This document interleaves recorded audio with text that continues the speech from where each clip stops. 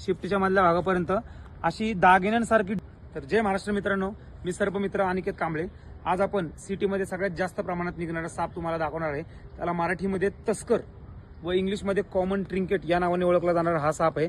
हा घराच्या आसपास उंदीर वगैरे खाण्यासाठी येतो व माडीचं जे घर आहे त्याच्यामध्ये सगळ्यात जास्त आढळणारा हा साप आहे। तर तुम्ही ह्याची ओळख बघून घ्या, याला मण्यार व नाक समजण्याचा प्रयत्न करू नका। ह्याची ओळख मी तुम्हाला सांगतो। ह्याचं तोंड असं निमुळतं असं, तोंडापासून ते शिफ्टीच्या मधल्या भागापर्यंत अशी दागिन्यांसारखी डिझाईन असते, तुम्ही बघू शकता। अशी दागिन्यांसारखी डिझाईन असते। हा ब्राऊन कलर मध्ये येतो। कधी कधी लोक याला मण्यार सुद्धा समजतात, कारण की ह्याची जी नक्षी आहे तुम्ही बघू शकता, अशी नक्षी ही पट्ट्याच्या स्वरूपात असते, त्याच्यामुळे याला मण्यार समजला जातो। पण मण्यार हा काळा आणि त्याच्या अंगावर आडवे पांढरे पट्टे असतात आणि ट्रिंकेट हा असा ब्राऊन कलरचा असतो। शेपटीपासून पण तुम्ही बघू शकता खालनं एकदम पांढरा, शेपटीपासून असा brown, light brown, dark brown आणि व्हाईट अशा प्रकारची डिझाईन तुम्हाला दिसून येईल। हा पूर्णपणे बिनविषारी साप आहे।